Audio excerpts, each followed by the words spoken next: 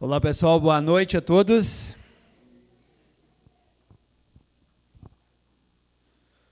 Muito bem, hoje nós vamos continuar um assunto que nós começamos já desde que a última vez que o Fofo esteve conosco aqui. A gente está revendo algumas práticas cristãs, nós estamos revendo alguns padrões de igreja baseados na Bíblia. E o Fofo começou falando a nós, há 2 semanas atrás, na verdade, ele começou falando a nós sobre os relacionamentos, como os relacionamentos internos devem funcionar, como que pessoas que se dizem cristãs devem viver dentro de uma igreja. O que nós podemos e precisamos dizer um ao outro, como podemos dizer e fazer as coisas uns aos outros, como deve ser o amor na hora de expressar verdades, mesmo que duras, como deve ser o amor na hora de receber, verdades mesmo que duras, como deve ser o apoio e tudo mais. O Fofo falou isso sobre como deve ser então a nossa conduta de cristão para cristão. Deixou aqui para nós também a promessa de que vai falar sobre como vai ser os relacionamentos de cristão para não cristão, e isso ele fará no próximo momento que assim for permitido e oportuno. Eu então, semana passada, falei um pouco sobre a quem deve ser a honra. Que em uma comunidade que se diz cristã, toda a honra de tudo que fazemos deve repousar sempre em Deus por meio de Cristo Jesus. Então, eu usei como base, obrigado Felipe, o texto de Coríntios, de Paulo falando aos Coríntios, mas usei também de vários outros textos, dizendo tudo o que fizer, seja comer ou beber, ou fazer qualquer outra coisa, façam para a honra e glória de Cristo. Então esse é o objetivo. O cristianismo ele é algo tão profundo, mas tão profundo, que ele está envolvido naquilo que eu como e bebo. Ou a honra a quem eu dou com aquilo que eu como e com aquilo que eu bebo. E essa é a ideia de cristianismo. Então tem gente que acha que cristianismo é aquilo que você liga no dia do teu grupo célula, vai embora, desliga, vive do jeito que você quer, fazendo as coisas que você quer, liga de novo no domingo, vem para o culto, celebração, chame como você quiser, reunião da igreja, e aí você participa, canta uns hinos bonitos, levanta a mão, e tudo mais, e ouve alguma coisa a respeito da Bíblia, e quando você passa daquela porta, desligou de novo e voltou a viver a tua vida.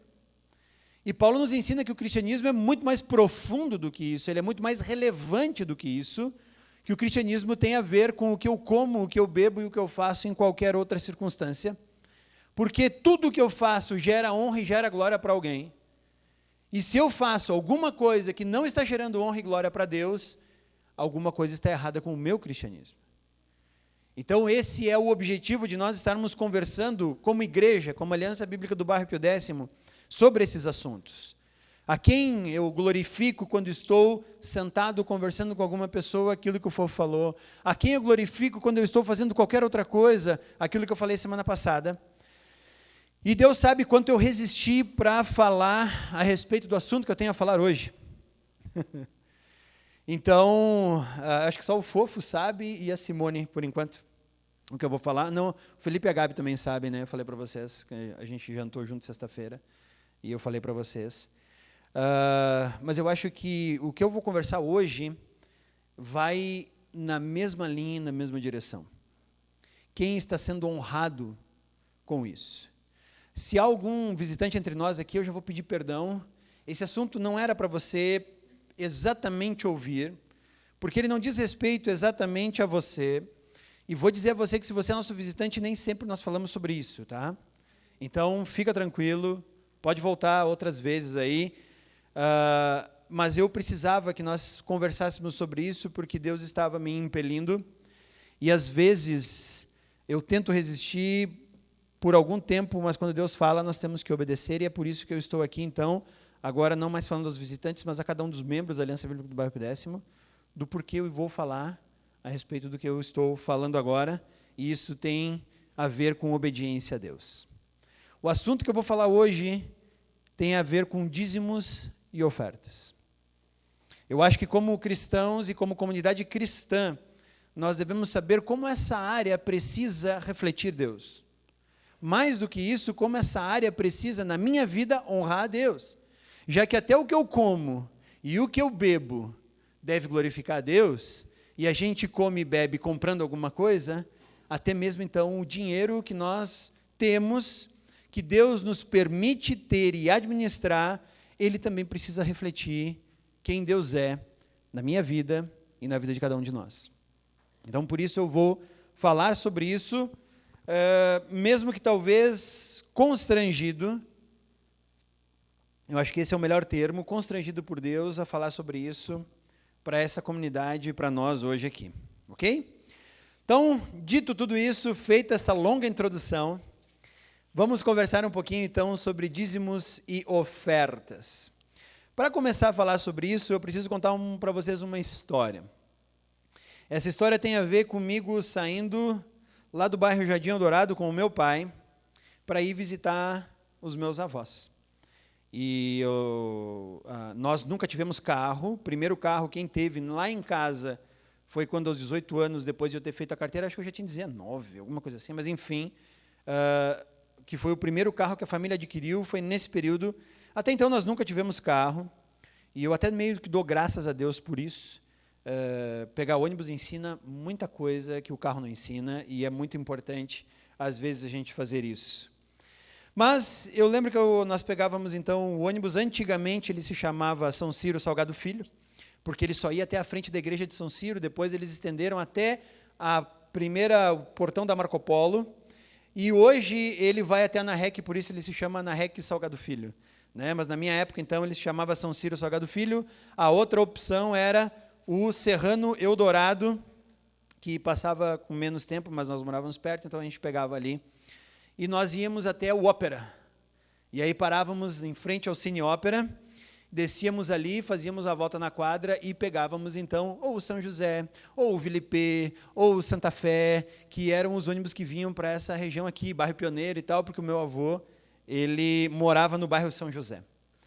E eu lembro que nós tínhamos, inclusive, a volta longa e a volta rápida. Tinha que descer pela Visconde, que era rapidinho, e tinha que descer pela Mateus Janela, que aí dava uma volta tremenda. Mas assim, era divertido, dava para conhecer o bairro.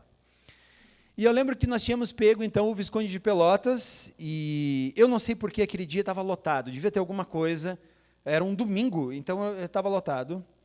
E eu lembro que na época a gente entrava pela trás, né, pela parte de trás, a porta traseira do ônibus, o cobrador ficava lá atrás e o motorista na frente, e só os idosos e pessoas com algum tipo de privilégio ou oportunidade entravam pela frente. Né?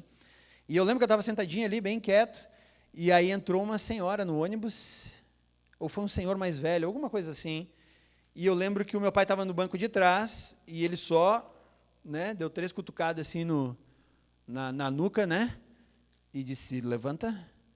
E eu olhei para ele e disse, ué, mas a parada do voo tá mais lá para baixo. Ele disse, tu vai dar lugar para essa pessoa.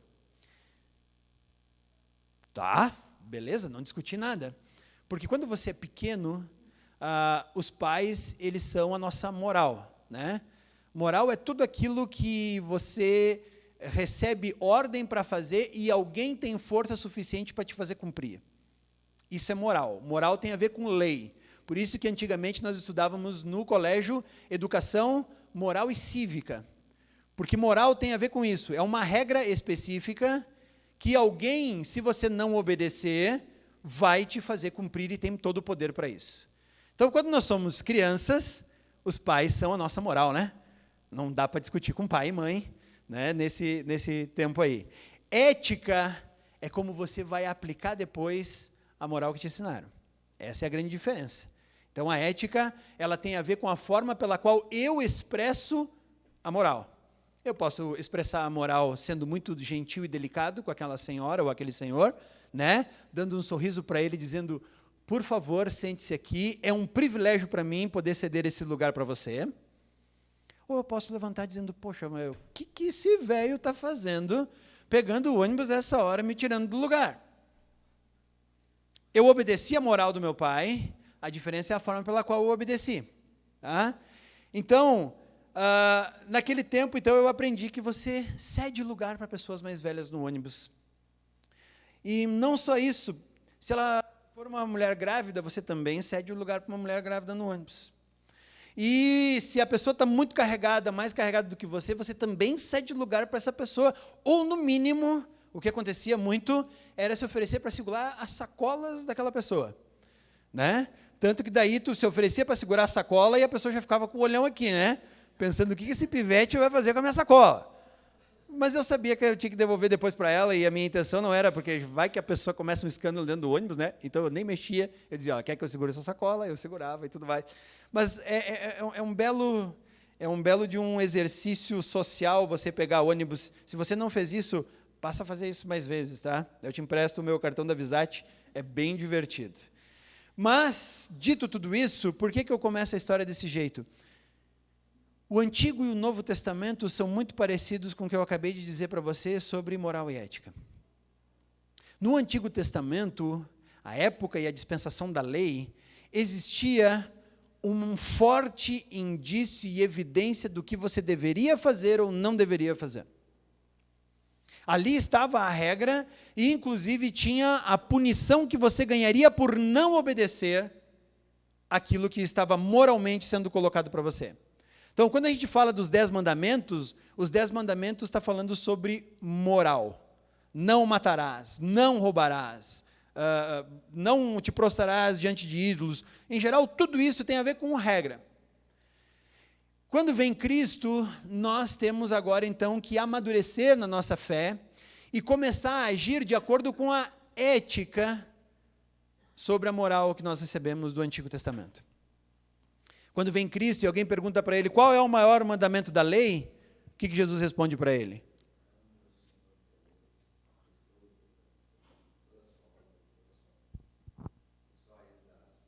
E o segundo? Olha como é diferente de aquelas regras dos 10 mandamentos.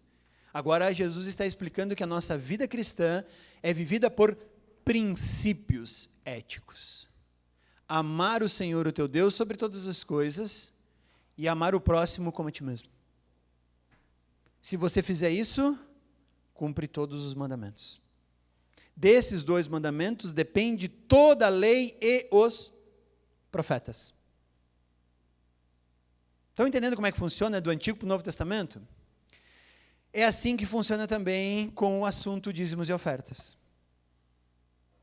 Quando nós somos cristãos e vivemos o Novo Testamento, nós temos que entender que nós agora amadurecemos a nossa fé e não deveríamos precisar de moral. Por quê? Porque já somos habitados pelo Espírito Santo de tal forma que o Espírito Santo é suficiente para nos imprimir a moral nas nossas vidas e na nossa mente. E aí eu tenho que apenas aplicar eticamente a moral que o Espírito Santo está me ensinando. Por exemplo, se eu sou um cristão, eu não deveria precisar receber a instrução de alguém dizendo, não pode adulterar, tá? Esse é um conceito básico. Né? Mas Jesus foi ainda além, disse, não só não adulterarás, mas também não vai olhar para nenhuma outra mulher desejando ela. Opa, isso é ética. Está vendo como é diferente? E com dinheiro, será que a Bíblia fala alguma coisa assim? Será que a Bíblia tem alguma diferença do Antigo para o Novo Testamento? E eu quero te convidar a olhar e dizer, sim, tem muita diferença. Primeira coisa que você tem que saber é que o conceito de dízimo, ele nasce antes mesmo da lei, ou pelo menos o princípio de dízimo nasce antes mesmo da lei ser estabelecida e colocada. A palavra hebraica chamada maser, que significa a 10ª parte, daí vem o nome dízimo, né, de 10%. A palavra maser, que é a 10ª parte, ela parece ser algo de um costume social muito antigo, ela parece ser uma prática social muito difundida entre os povos do Antigo Testamento. Como é que a gente vê isso? 2 eventos lá no livro de Gênesis, anteriores à lei, então, porque a lei começa a ser expressa ao povo judeu em Levítico, certo? Em Êxodo 19, ali começa então o decálogo, né, os 10 mandamentos. Até então não tinha lei, então tudo que vem antes de Êxodo não é lei de Deus, são princípios que algumas pessoas viviam. E aí nós temos então um homem chamado Abraão, em Gênesis capítulo 14, que tinha ido lutar contra uns reis que haviam saqueado a cidade de Sodoma e Gomorra, e haviam levado o seu sobrinho Ló, e tinham levado todos os bens dele e tudo mais, e tinham saqueado a cidade. Abraão então vai lá e pega o seu exército, vai até esses reis ímpios, tira e derrota eles, tira tudo que eles saquearam e está trazendo de volta. E é legal que vem o rei de Sodoma, e essa cidade ela tem esse nome, né, e é marcada por esse nome mesmo, né? O rei de Sodoma chega para Abraão, quando Abraão está dizendo, ele diz assim: olha, Abraão, tu pode ficar com tudo, só me dá as pessoas. Só me dá as pessoas, eu não quero todos esses bens aí que você está trazendo, pode ficar. E o que Abraão disse? Não vou ficar com nada, além do que os meus soldados consumiram e comeram, para que nunca tu, o rei de Sodoma, diga que Abraão é rico por tua causa. Aí tu está, beleza, que resposta legal que Abraão dá, mas de repente eis que aparece um ser misterioso. O pessoal que leu a Bíblia, está lendo lá a Bíblia no WhatsApp, lá, a gente já discutiu sobre isso. Eis que aparece um ser misterioso chamado Melquisedeque, e esse Melquisedeque, ele é um rei sacerdote da cidade de Salém, que ainda não é uma cidade israelita, porque Israel não existe nesse momento, que existe só Abraão, e viria depois a ser um dia a capital de Israel, a cidade de Jerusalém. E esse Melquisedeque então está descendo, passando por ali, ele abençoa Abraão, e Abraão dá para ele a 10ª parte de tudo que ele tinha. Isso serviu para mostrar para Abraão que ele tinha uma confiança completa em Deus. Ele diz: eu não vou enriquecer pegando os bens que esse rei de Sodoma está me oferecendo, e além disso, vou dizer que foi Deus que ganhou essa batalha por mim, e darei 10% do que eu tenho para esse rei sacerdote Melquisedeque, que nesse momento está sendo o representante de Deus diante de mim. Essa é a primeira vez que a gente ouve alguém dando 10%, ou algumas coisas assim para Deus. Em Gênesis 28, se você passa mais algumas páginas, nós temos o neto de Abraão, Jacó. E esse cara, Jacó, ele havia acabado de enganar o irmão e o pai, e estava fugindo da ira do irmão, indo em direção à casa do seu tio. E ele para em um local no meio do caminho, em Betel, e ali ele está estabelecido, e Deus aparece para ele em sonho com uma escada, onde os anjos subiam e desciam, conectando a terra e o céu. E aí esse Jacó, ele fala em Gênesis 28, dizendo assim: se para onde eu estou indo, Deus, se tu me abençoar, esse Deus que apareceu para ele em sonho, né, e tudo mais, eu vou te entregar 10% de tudo que eu lucrar. Agora veja bem, esse homem estava tendo realmente uma fidelidade enorme, porque a princípio ele estava saindo só com a roupa do corpo, estava fugindo da ira do irmão, e não podia voltar para casa, onde estava seu pai, sua mãe e seus bens. Estava indo em direção à casa do seu futuro sogro, né, no caso do seu tio, que ia ser muito perverso para ele. Eu gosto quando a gente já sabe o fim da história, a gente diz assim, alguns eventos a gente olha e diz assim, puxa, não acredito, né? Mas ele está indo para lá, mas está fazendo uma aliança com Deus, dizendo assim, ó, se eu for, e for bem sucedido, 10% do que eu receber lá, eu vou entregar para ti. Eu não sei como é que Jacó ia fazer isso, uma vez que eu acabei de dizer para vocês que ainda não existia os levitas, o templo, o tabernáculo, para quem que ele ia entregar esses 10%, como ele ia fazer a entrega desses 10%, porque não existia ainda uma religião estabelecida dentro do território de Israel, né? Porque Israel é ele naquele momento, ele é Jacó, que depois vai receber o nome de Israel, aquele que luta com Deus, ele é o pai da nação que ainda não existe, é só um indivíduo, né? Nesse caso é o exército de um homem só, é o povo de um indivíduo só, Jacó, só ele, sozinho. E aí ele diz, eu vou entregar 10% de tudo que eu tiver. Não tem norma nenhuma a respeito aqui, o que eu tenho são o princípio de duas pessoas fazendo um acordo com Deus e com elas mesmas, dizendo, eu vou entregar 10% do que eu tenho. Tá, e aí, quando é que vem a normatização desse negócio? Quando é que Deus estabelece a norma do dízimo? Em Levítico 27, 30. Ali nós temos agora, então, diretamente o próprio Deus ordenando sobre como é que as pessoas deveriam entregar seus dízimos e ofertas. Levítico 27, 30, que diz assim: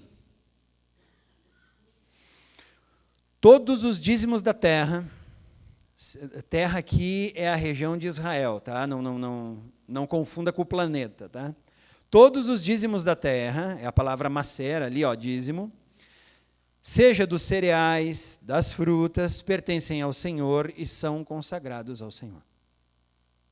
Essa é a normatização. Deus está dizendo, tudo que a terra produz, e aqui ele está falando para uma sociedade que no futuro vai ser uma sociedade agrícola em sua essência, tudo que a terra produz deve ser entregue a Deus. E tinha 3 propósitos. Conforme nós vamos lendo os textos, o dízimo para Israel ele tem 3 propósitos. Primeiro, ele serve como alimento até mesmo para o ofertante.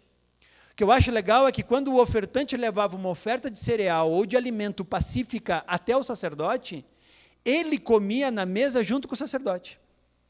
Era uma refeição dividida entre eles, e o sacerdote representava Deus no sentido de estar com esse homem ou com essa pessoa que trouxe essa oferta. Então era assim a alimentação para o ofertante.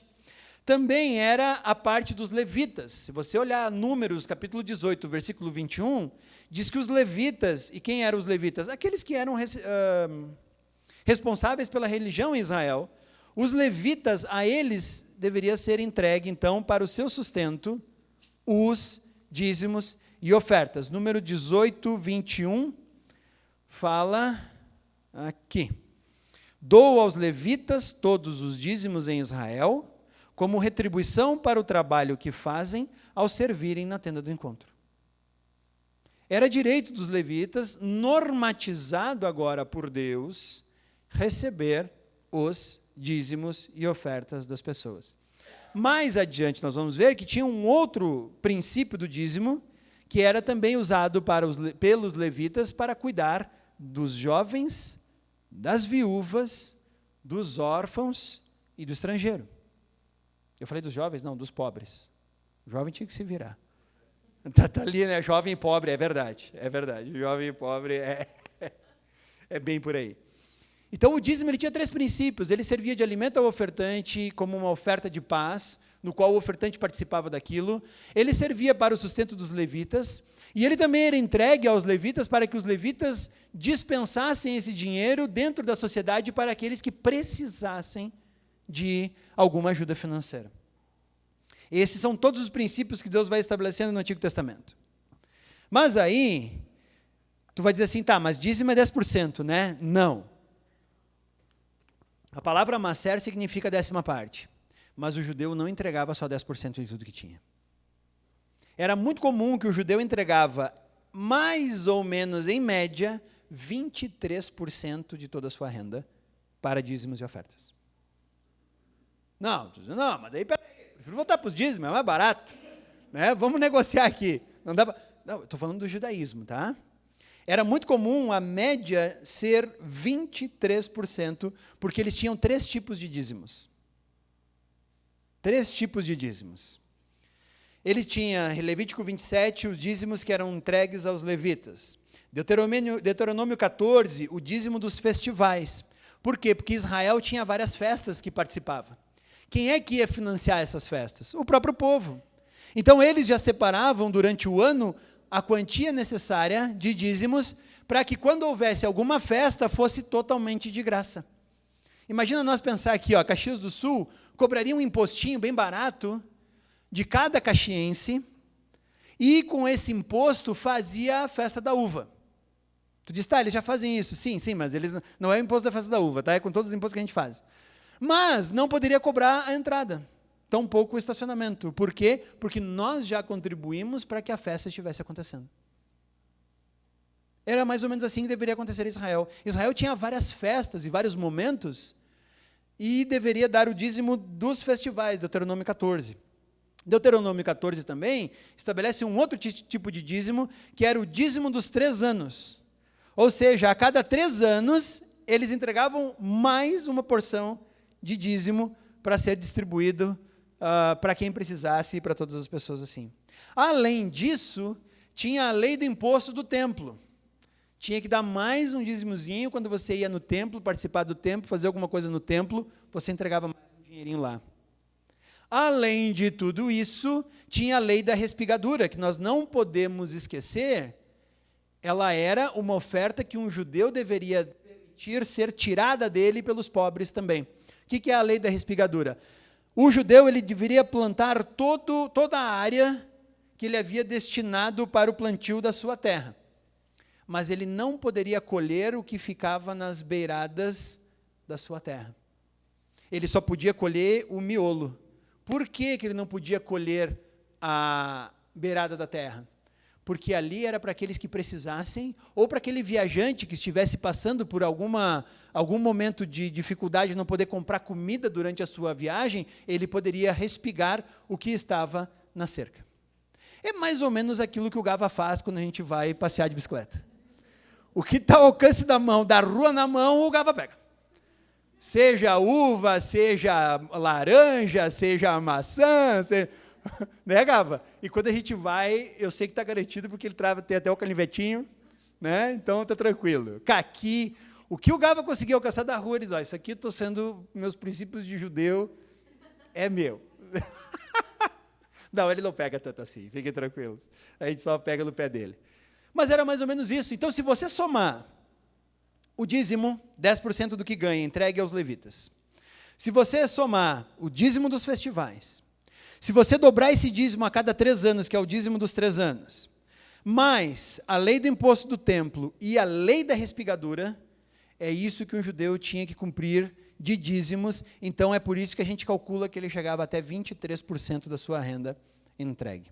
Por isso que Jesus condenava os fariseus e mestres da lei, diziam, vocês dão dízimo do tempero, vocês dão dízimo do coentro e do cominho, mas negligenciam as coisas mais importantes.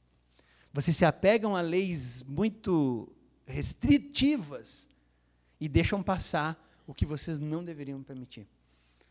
Então, um judeu, olha, dava bastante dízimo. E se o judeu retivesse o dízimo? O que acontecia com Israel se Israel não desse o dízimo?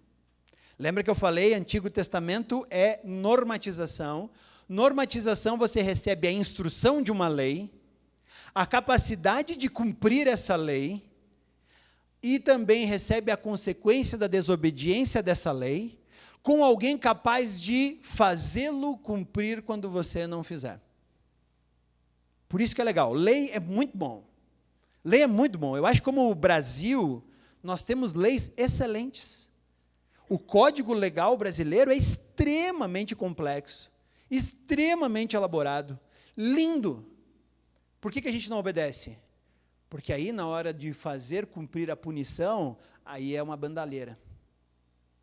Por isso que no Brasil é mais fácil você viver abaixo da lei, dando o teu jeitinho e fazendo do teu jeito, do que realmente cumprir a lei.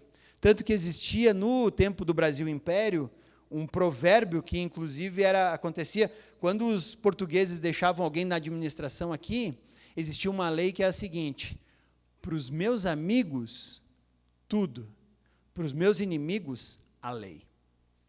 Aqui no Brasil, você só cumpre a lei quando alguém não vai com a tua cara.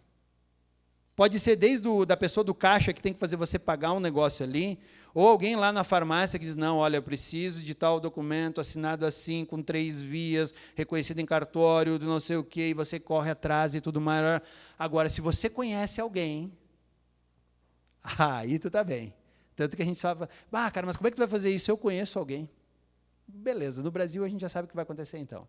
Alguém vai fechar o olho, que vai pedir para alguém fechar o olho, que vai pedir para alguém fechar o olho, e de repente você vai conseguir milagrosamente uma coisa que para conseguir você tem que batalhar e lidar. Eu lembro quando o Gessner chegou no Brasil e nós estávamos vendo a possibilidade de trazer a família dele, muitos de vocês ajudaram, né? Ele disse, olha, nós só estamos com um pequeno problema. Eu disse, qual que é o problema? Os documentos do passaporte estão na mão do cara que passa para o pessoal que vai imprimir. Está lá na mão dele. Eu disse, tá, e aí, Gessner, isso é uma boa notícia. Não, não é boa notícia. Porque lá na Haiti, é o jeito que ele falava, né? Lá na Haiti é assim, ó, bolo desse tamanho de gente que quer ir embora. Tá. E quando você vai lá e entrega papel, ele diz, quero dinheiro. Se não dá dinheiro, ele pega teu papel e coloca lá embaixo da fila. Se você dá dinheiro, ele deixa em cima da fila. Eu disse, sério, Gessner? Sério. Eu disse, puxa, no Brasil não acontece isso. Que pena que você vem do Haiti, um país onde a moral é tão baixa assim, né? Se fosse aqui no Brasil, com certeza, seria respeitado a ordem da fila, seria entregue para uma pessoa competente, imprimir o passaporte da tua família e tudo mais. Mas que pena que é só no Haiti que acontece isso. Quando o judeu não obedecia à lei, ele recebia consequências. E essas consequências vinham da mão do próprio Deus, porque, voltando, quem expressou a lei para Israel? Deus. Quem revelou a lei para Israel? Deus. Quem é o autor dos 10 mandamentos? Tanto a Bíblia faz questão de dizer que é Deus o autor dos 10 mandamentos, que diz que o próprio Deus escreveu com o seu dedo nas tábuas aquilo que deveria ser feito. Para que não fosse alguém dizendo, Moisés, isso aí foi tu que escreveu. Não, a Bíblia diz que o próprio Deus com seu dedo colocou lá. E quando Moisés quebra as tábuas, porque ele estava adorando os bezerros, ele volta com as tábuas lá em cima, ele entrega para Deus, Deus faz o quê? Escreve de novo ele. O autor da lei é Deus, então quem é que vai fazer cumprir uma lei que ele estabeleceu? Ele próprio. Se você olhar o livro de 2 Crônicas, capítulo 31, versículo 4, pode abrir lá, 2 Crônicas. Vai lá, antes dos profetas ali.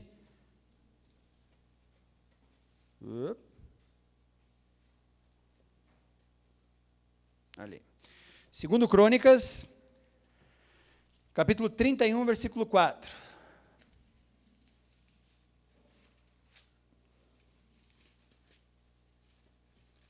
Deus diz assim para o povo: Ele ordenou ao povo de Jerusalém que desse aos sacerdotes e aos levitas a porção que lhes era devida, a fim de que pudessem dedicar-se à lei do Senhor. Deus era quem garantiria que os dízimos seriam entregues, e se não fosse, Ele faria cumprir a lei. Neemias, capítulo 13, versículo 10, os levitas são acusados de estarem trabalhando. Pode abrir ali, Neemias, capítulo 13, versículo 10. Diz assim: Também fiquei sabendo que os levitas não tinham recebido a parte que lhes era devida, e que todos os levitas e cantores responsáveis pelo culto haviam voltado para as suas próprias terras.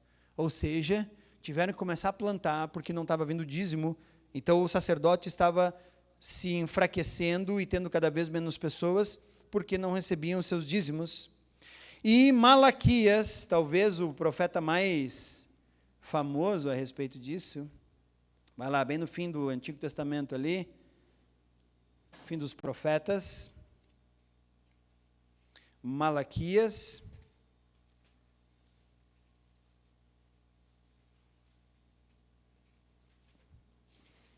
capítulo 3, versículo 8, diz assim: Pode um homem roubar de Deus? Contudo, vocês estão me roubando. E ainda perguntam, como é que temos te roubado? Nos dízimos e nas ofertas. Então o povo estava retendo o dízimo e estava roubando Deus.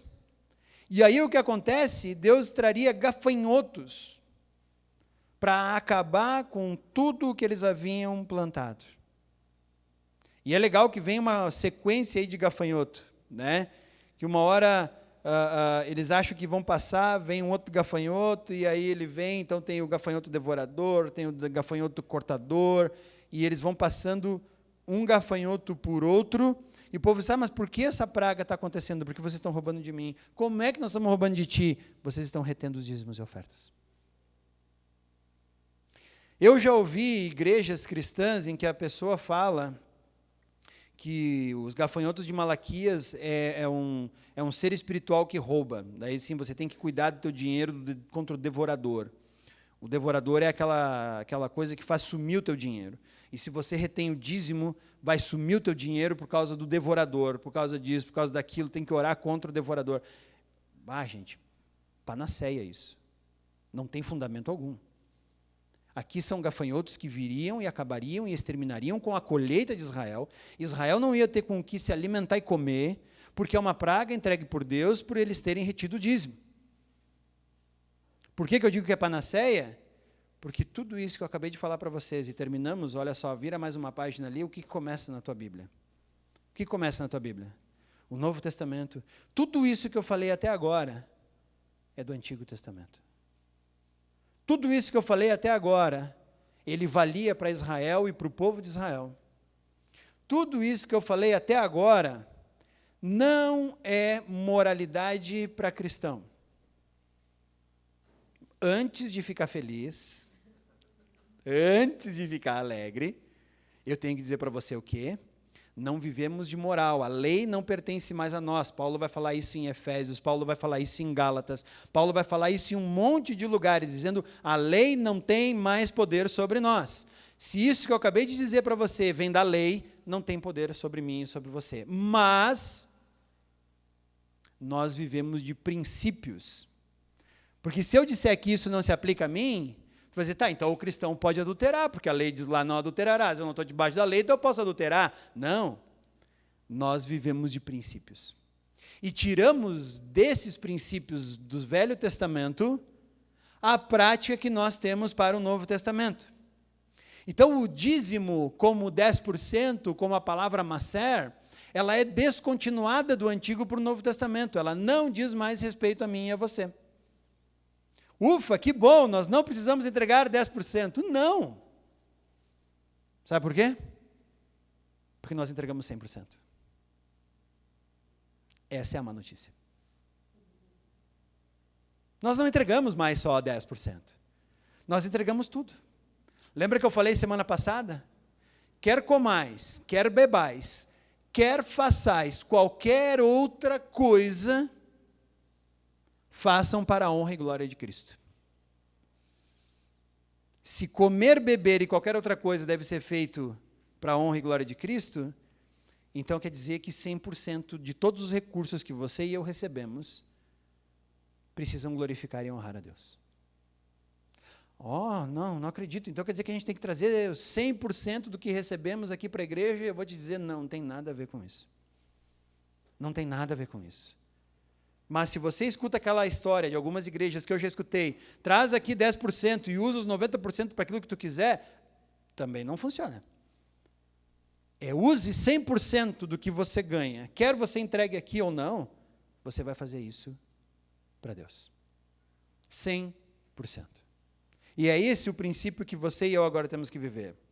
O Antigo Testamento, as regras, as ações, a moralidade, estava ali estabelecido como norma.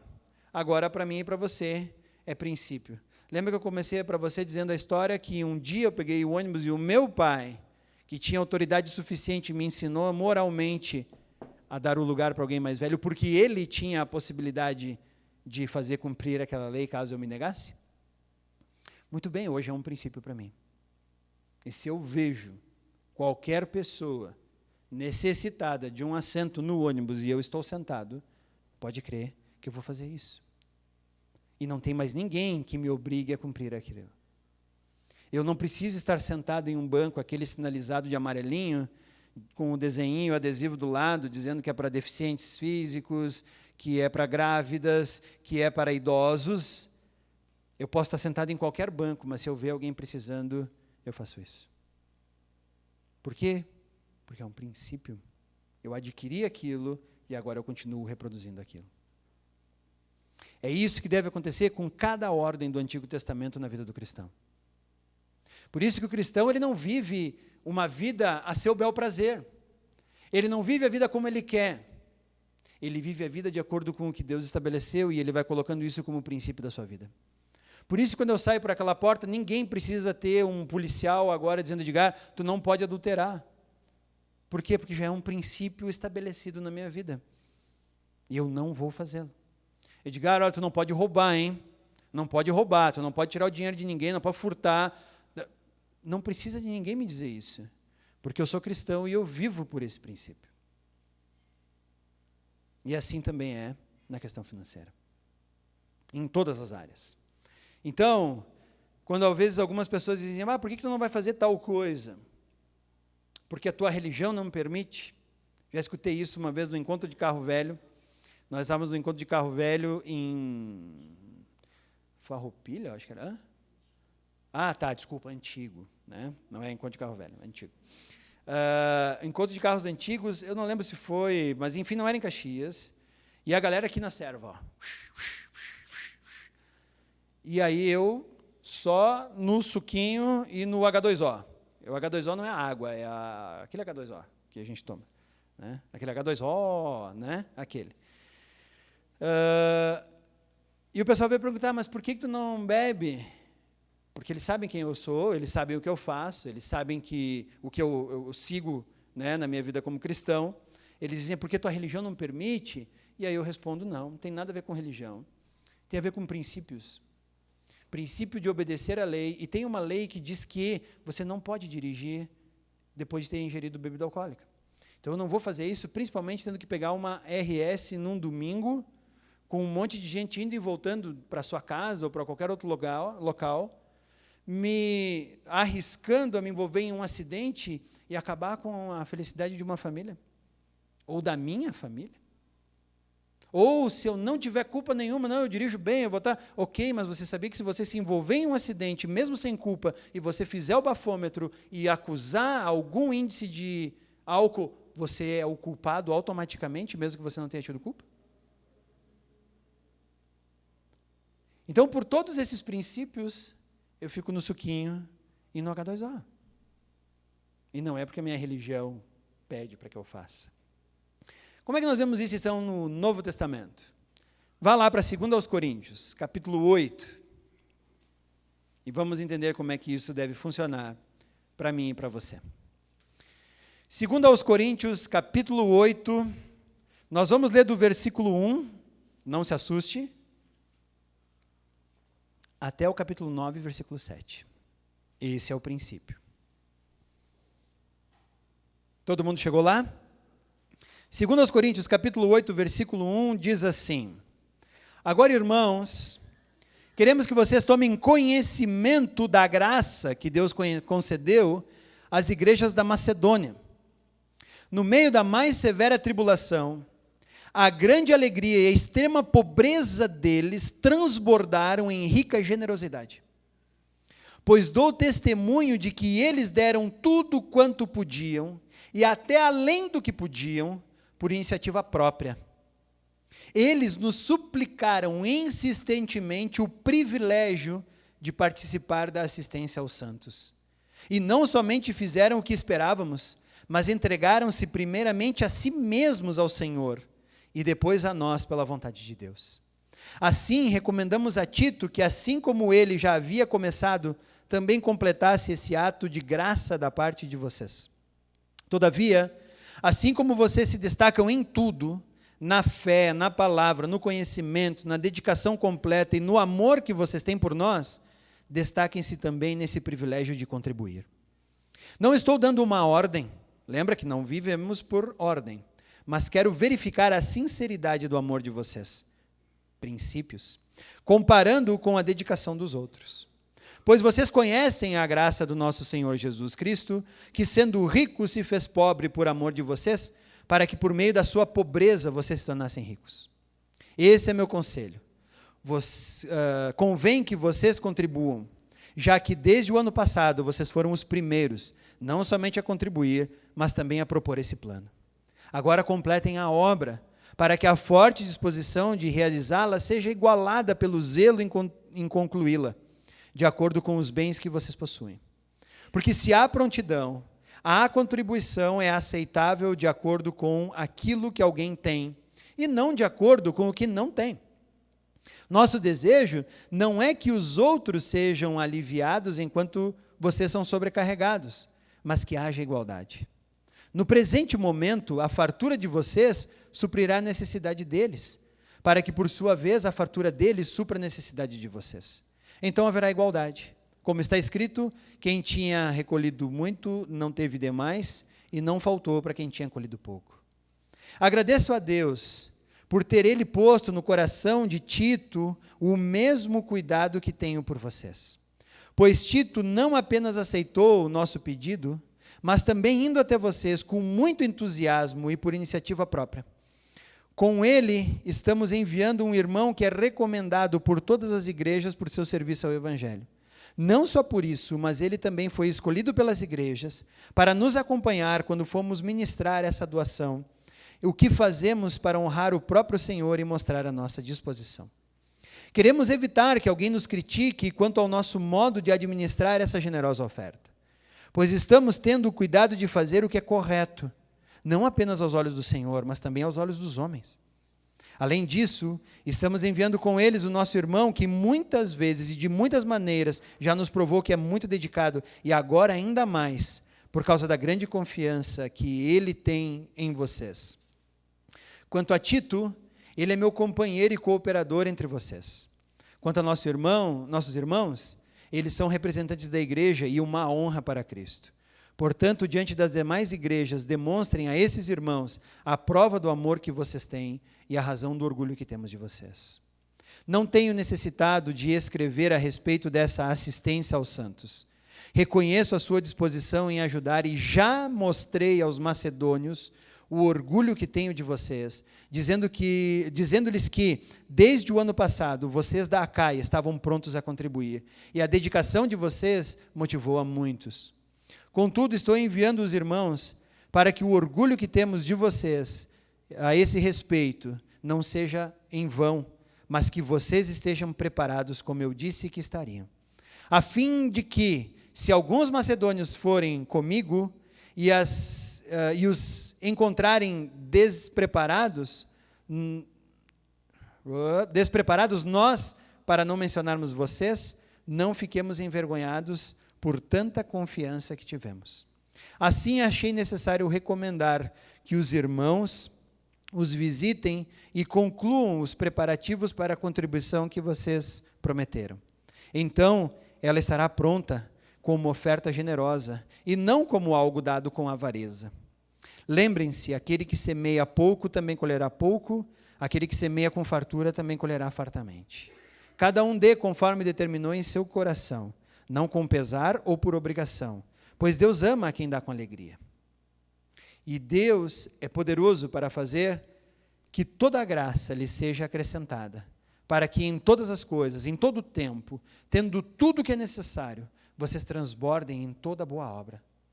Como está escrito, distribuiu, deu seus bens aos necessitados, e sua justiça dura para sempre. Esse aí é o princípio pelo qual você e eu temos que viver a nossa vida. Paulo aqui está falando de um tempo em que as igrejas estavam se estabelecendo, e havia irmãos de uma parte do mundo que estavam passando por necessidade, e ele vai lá e clama agora com os daquela região ali, da Macedônia, de Corinto, o pessoal da Grécia, a ajudar aquelas igrejas, principalmente em Jerusalém, que estavam passando fome. Paulo não apela para uma regra do Antigo Testamento, você viu ali, estou pedindo para vocês, não estou obrigando vocês, porque vocês são cristãos e por serem cristãos são livres da lei. Vocês não precisam, vocês não têm obrigação nenhuma de dar, mas eu apelo para o princípio de vocês. Como é que então deve ser a doação do cristão? Como é que deve ser a minha ação com relação à doação?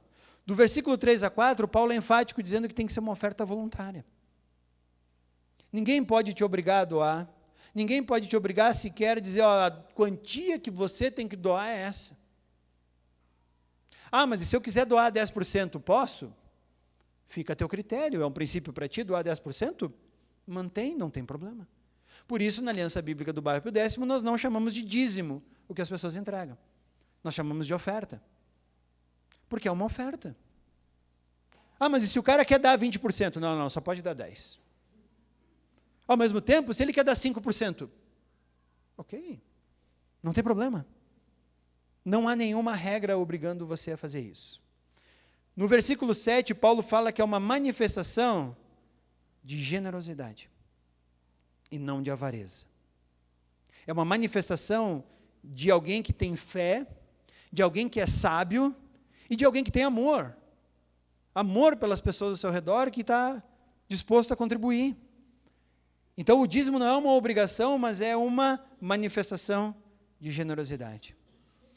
Versículo 8 do capítulo 8 diz que não é um mandamento, é uma prova de que temos comunhão com Deus.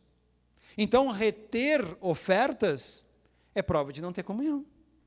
Vai dizer, Edgar, então tu está falando isso. Não sou eu, é só ler a Bíblia. Está escrito ali. É uma oferta que nós temos de manifestar a nossa comunhão com Cristo. Versículo 9, o maior exemplo que nós temos é o exemplo de Cristo. Por isso, Paulo depois vai falar que o homem que Cristo esvaziou a si mesmo. Aqui ele disse, Cristo sendo rico, se fez pobre. O que nós temos que fazer? Da mesma forma. Temos que abrir mão. E qual é a nossa base? A nossa base é Cristo. Eu já ouvi um cristão muito maduro, uma vez sendo confrontado a respeito de algumas coisas na vida, não era sobre dízimo, era sobre outra coisa, e um outro cristão falou para ele, cara, mas nós temos que cumprir o que a Bíblia diz. Ele disse, não, mas se for cumprir tudo que a Bíblia diz, não dá, né? Eu tenho que rir, né? E aí minha pergunta é, por que tu é cristão, então? Se não dá para cumprir o que a Bíblia diz, olha, eu vou te dar um monte de religiões aí, até mesmo o ateísmo, que vai te libertar desse peso, cara, e vai viver feliz. Mas se você se propõe a ser cristão, a nossa regra de fé e prática tem que ser a Bíblia. E aquilo que ela fala sobre isso. Então, nosso maior exemplo é Cristo. E aí, nós ficamos constrangidos, porque Cristo é o exemplo perfeito. E Paulo vai lá, mira lá em cima e diz, é lá que nós temos que chegar. Versículo 12 diz que tem que ser proporcional. E na tua possibilidade. Mas e se eu entregar R$1, posso? Gente, você está dando, você está entregando isso diante de Deus, não tem problema. E se em vez de R$1 for 50 centavos, tu está consagrando isso para Deus, entregando 50 centavos, que bom, faça isso. Mas em vez de 50 for 25, não tem problema. Você vai escolher o quanto você quer ofertar, dar e entregar para Deus.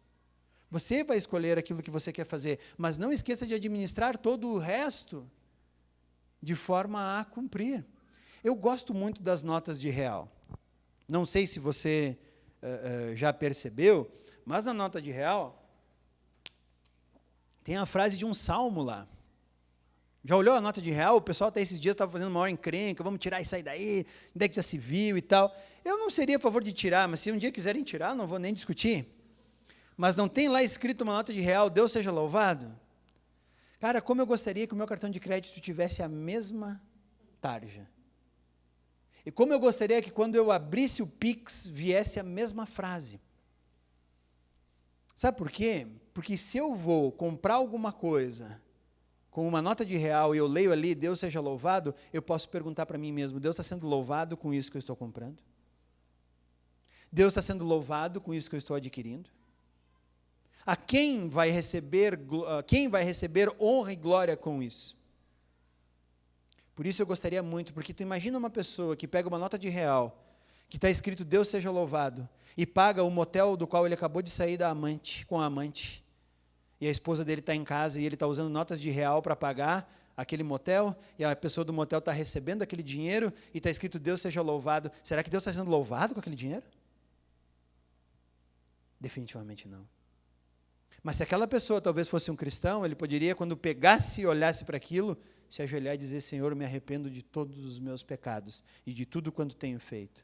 e porque nesse momento estou usando recursos que você está me permitindo ter, pela saúde e pelo trabalho que você me deu, pela formação que eu tive, e estou usando esse dinheiro para fazer um ato abominável a ti.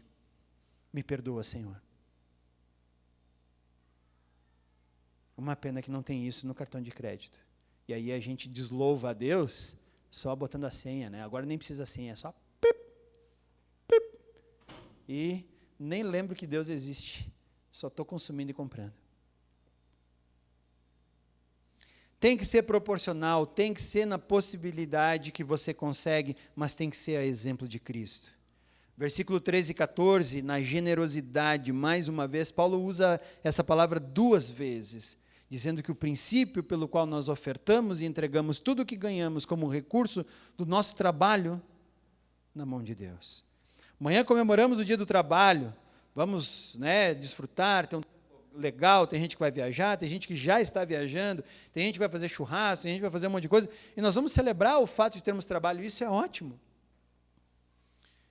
Mas nós temos que lembrar que Deus é que nos dá a possibilidade de termos todos esses recursos, e Ele precisa ser honrado com tudo isso.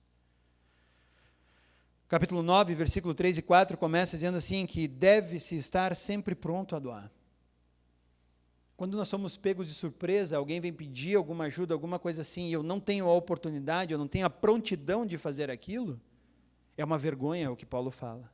Vocês devem estar prontos para a doação, por isso estou mandando essa galera aí, porque se vocês não estiverem prontos, eu vou ser envergonhado. Por quê? Porque eu fui o implantador dessa igreja, eu ensinei para vocês os princípios que vocês devem estabelecer em Cristo. E se alguém chegar ali e colher alguma coisa que era esperado, mas não, a igreja não está pronta a fazer, eu, como líder, devo responder por isso. É por isso que, volta e meia, o pecado dessa comunidade respinga em mim. E muitas vezes eu passo vergonha por coisas feitas por gente dessa comunidade. Principalmente quando encontro gente lá fora, o fulano lá, fez isso, aconteceu isso e aquilo. E eu fico envergonhado. E confesso com vocês, não com muita alegria de coração, mas houve uma situação em que pessoas que não são mais da nossa comunidade, fizeram alguma coisa estranha semana passada, e alguém veio falar comigo, eu digo, não são mais da nossa comunidade. Por isso eu não fui envergonhado. Ainda bem. Mas podia ter sido mais uma vez. E é isso que Paulo fala. Quando a igreja não faz ou não pratica o cristianismo que deveria, seu líder é envergonhado, porque é ele chamado por Deus para que aquilo seja evidenciado na vida da igreja. É ele que é chamado todo domingo para ensinar os princípios. E eu sei que o pessoal sai daqui torcendo o nariz, não gostando do que falei, depois se junta para falar mal do que eu disse. Eu sei que isso acontece, mas eu tenho que dizer para vocês, tudo que eu falo daqui é porque Deus mandou fazer. Mas quando não é feito e não é praticado, sou eu que sou envergonhado. Versículo 5 diz que a generosidade deve substituir a avareza, do capítulo 9. As ofertas devem ser entregues para que a generosidade agora ocupe a avareza. Se você não é cristão, você não pensa em Deus, você é avarento. Tudo que você ganha, você usa só para você, você quer para você não está dando nem bola para quem está sendo honrado com aquilo que você ganha. Mas quando você chega a Cristo, essa avareza vai sendo substituída a generosidade que Cristo pede que nós tenhamos. Versículo 7, deve ser feito com alegria, para auxiliar o necessitado, para auxiliar quem trabalha pelo Evangelho. O próprio Paulo diz ali, eu também estou trabalhando e poderia receber disso tudo. Então, o princípio das doações também serve para isso, para essas coisas. Qual é o princípio pelo qual nós devemos viver, então, dízimos e ofertas? É muito mais do que o Antigo Testamento. Porque o princípio agora é que tudo o que temos deve glorificar e honrar a Deus. E eu vou usar para aquilo que eu preciso. Cada um de nós tem casa, a maior parte de nós aqui hoje, eu acredito, tem carro, nós temos filhos que estão na escola, compramos roupa para filhos, pagamos a escola dos filhos, o que mais? Transporte, alimentação, tudo o que fazemos. E nós temos que nos alegrar, porque tudo isso são recursos que Deus nos dá para vivermos a nossa vida. E além disso, se conseguirmos sermos generosos, podemos fazer isso. E podemos auxiliar quem necessita, podemos auxiliar quem está pregando o Evangelho. Por isso que volta e meia aqui, nós dizemos, olha pessoal, o missionário lá está precisando de tal situação aqui. Podemos ajudar? O que vocês acham? O Ian veio semana passada aqui e expressou a dificuldade que ele está tendo de completar o seu sustento. A gente está pagando a prestação do Palavra da Vida, mas além disso, existem outras coisas. O que é? Ah, tá, do livro, desculpa. Quase trocou, né? Não, estou brincando.